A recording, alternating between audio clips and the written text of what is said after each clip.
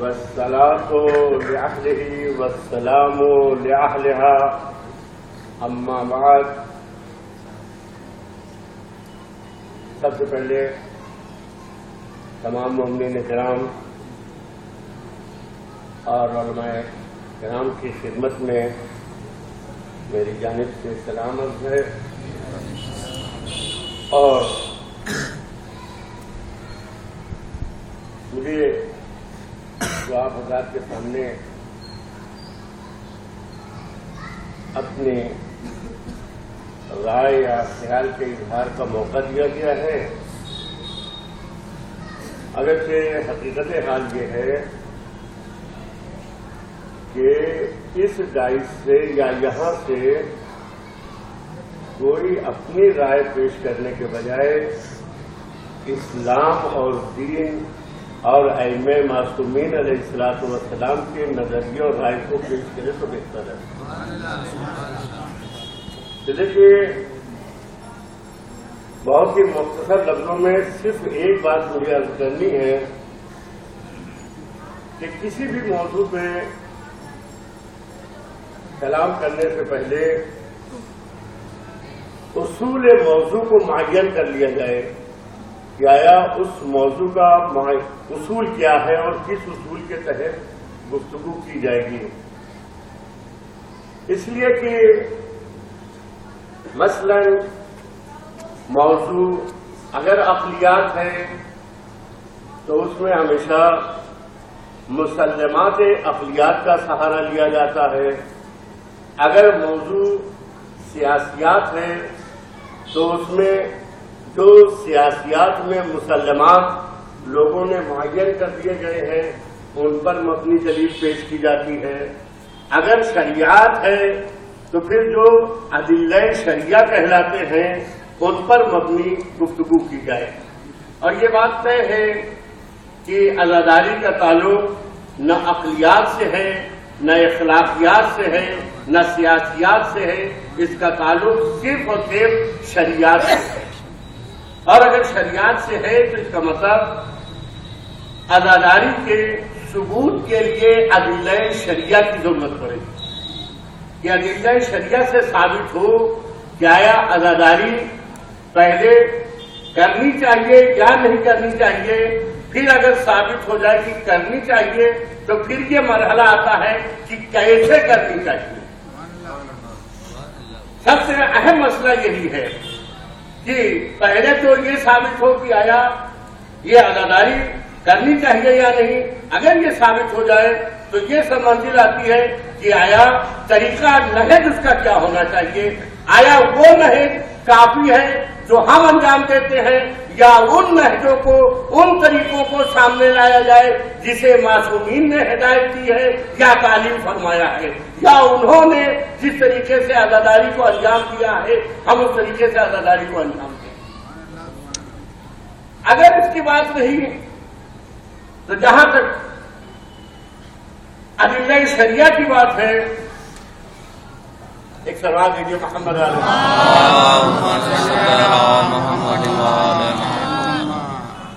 جہاں تک ادلہ شریعہ کی بات ہے تو ادلہ شریعہ میں قرآن، سنت، اجماع اور عقل، یہ چار چیزیں دلیلیں بنتی ہیں.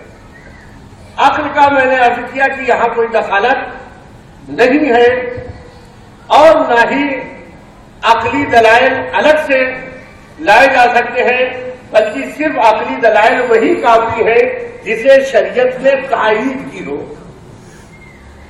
ما حکم بہ العقل حکم بہ الشرع، یعنی عقل کے وہ احکام معتبر ہیں جسے شریعت نے حکم دیا ہو. تو اس کا مطلب یہ کہ عقل کی بھی مستقلاً کوئی دخالت نہیں ہے. اجماع ممکن نہیں ہے اس لیے کہ اختلافی موضوع میں اجماع کا تصور نہیں ہے. مسئلہ بچتا ہے قرآن و سنت میں کہ قرآن و سنت سے ثابت ہونا چاہیے کہ یہ عزاداری ہے یا نہیں ہے. تو جیسے میں نے عرض کیا کہ زیادہ وقت نہ لیتے ہوئے بہت ہی اختصار کے ساتھ اور صرف ایک جسے کہا جائے کہ فہرست کے طور پر جو علماء حضرات موجود ہیں ابھی آپ کے سامنے اپنے خیال کا اظہار کریں گے جو انہوں نے قرآن و حدیث یا دوسرے وسائل سے حاصل کیے ہیں وہ آپ حضرات کے سامنے عرض کریں گے، پیش کریں گے۔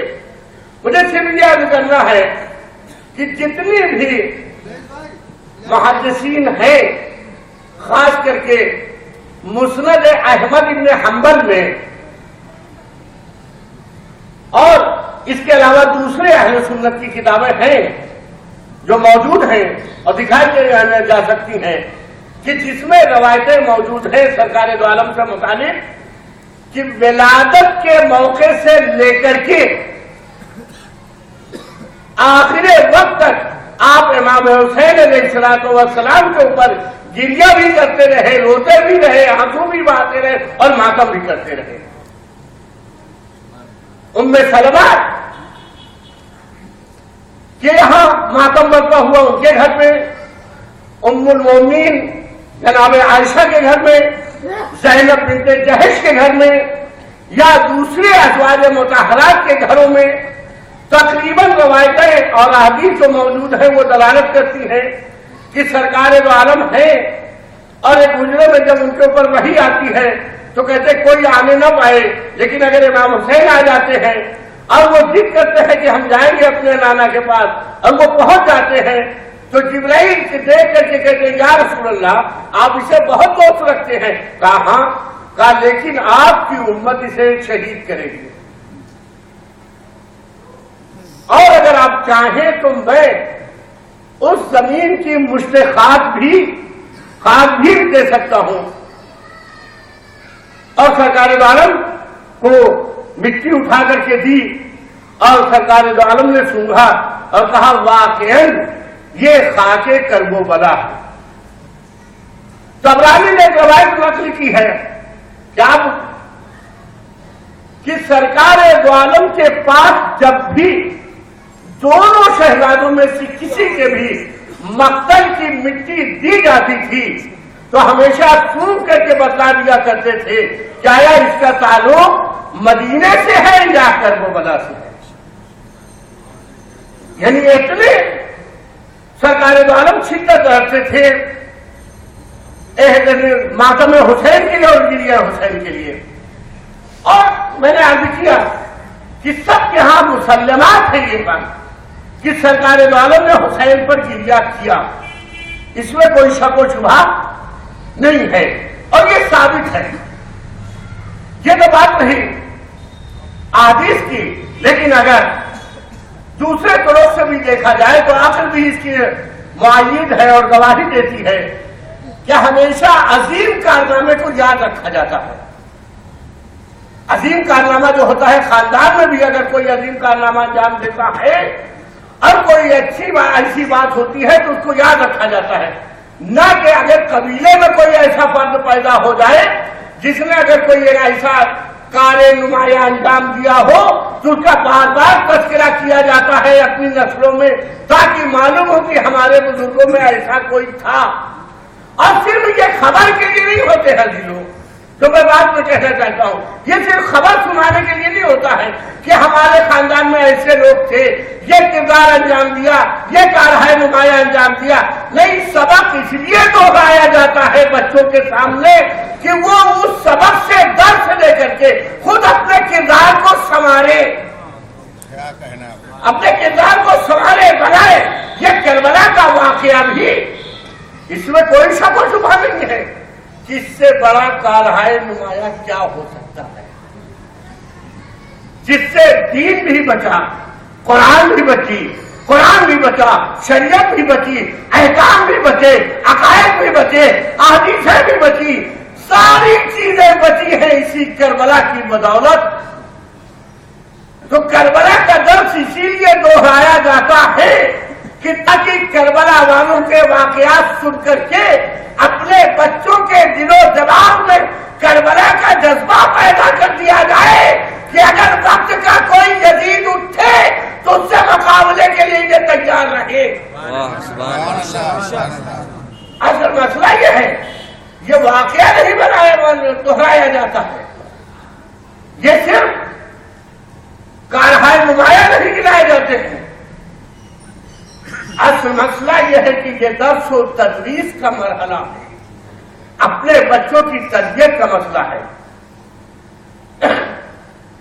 اور شاید وقت میرا ختم ہو رہا ہے. ایک بات اور کہہ کے میں اپنی بات کو تمام کرتا ہوں. انشاءاللہ دوسرے افراد علماء کرام ہیں کہ جب یہ ثابت ہو گیا کہ عزاداری عین شریعت ہے، لیکن رسول کا کوئی بھی کام شریعت سے الگ ہٹ کر کے نہیں ہے.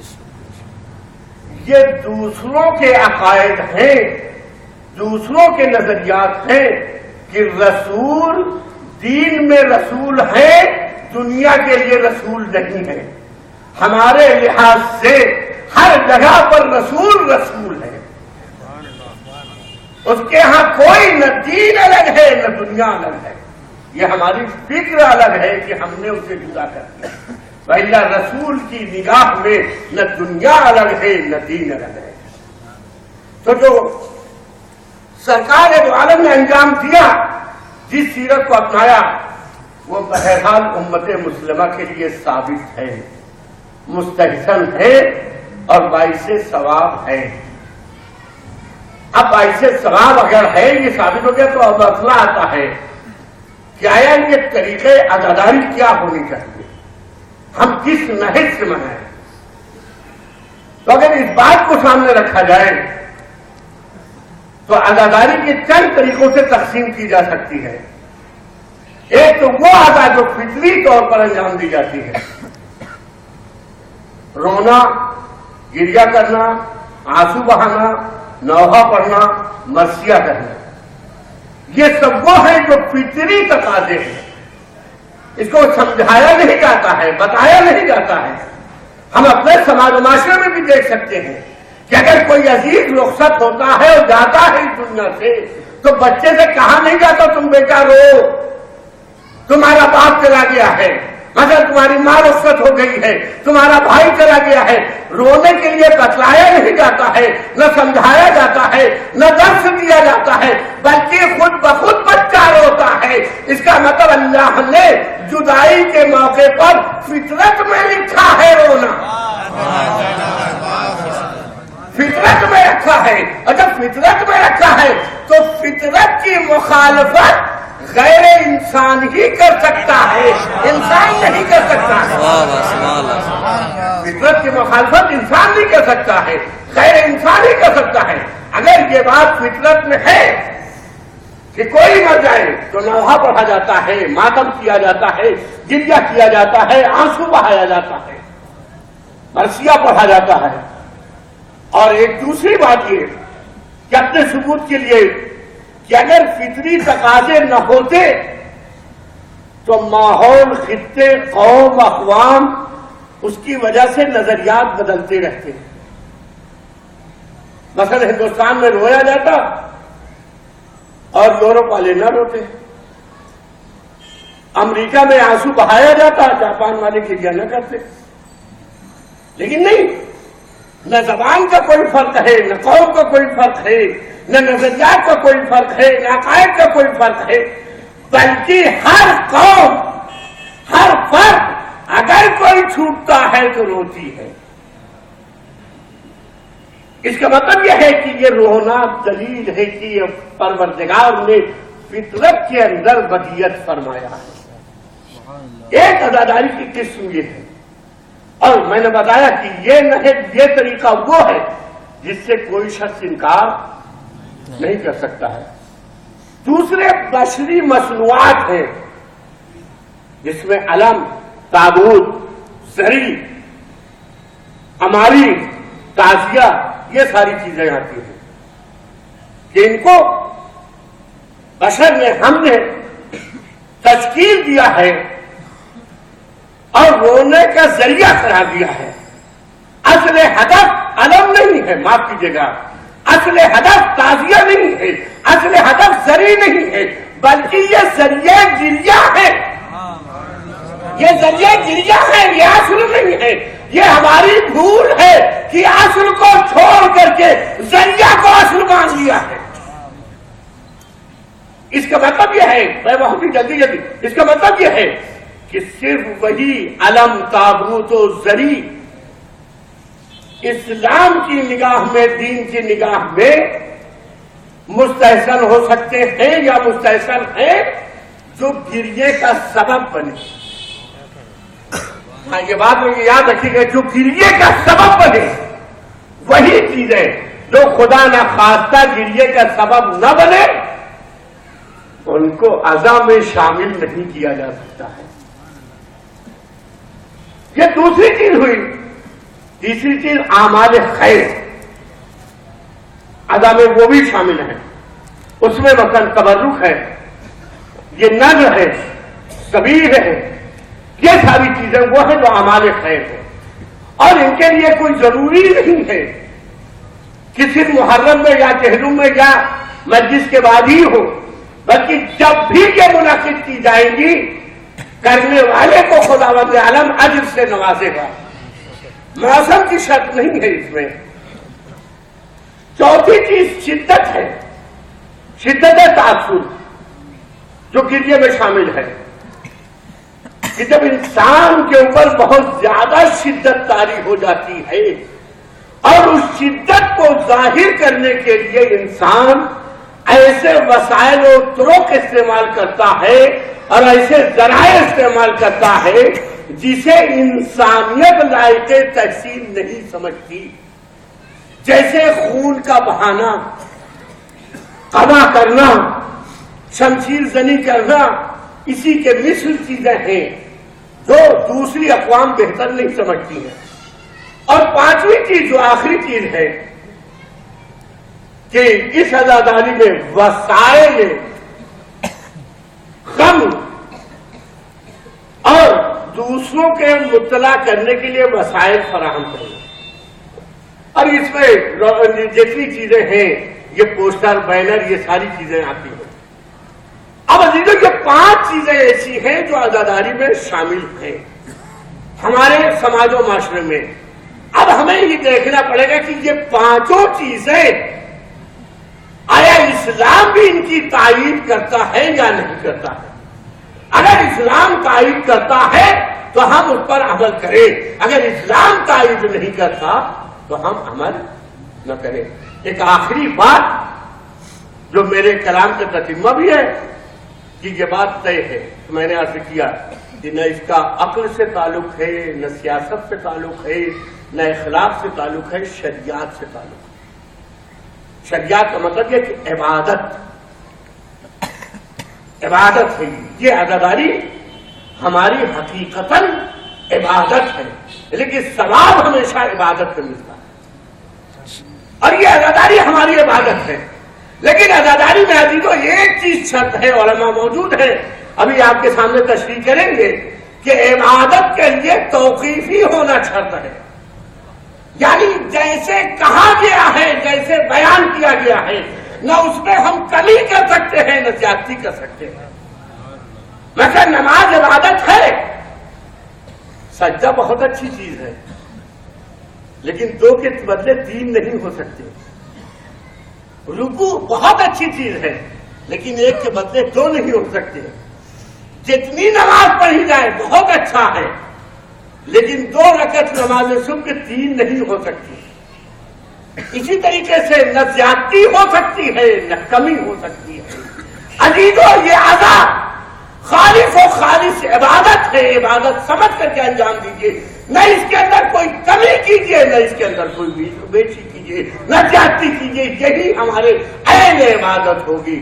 وآخر دعوانا الحمدللہ رب العالمین.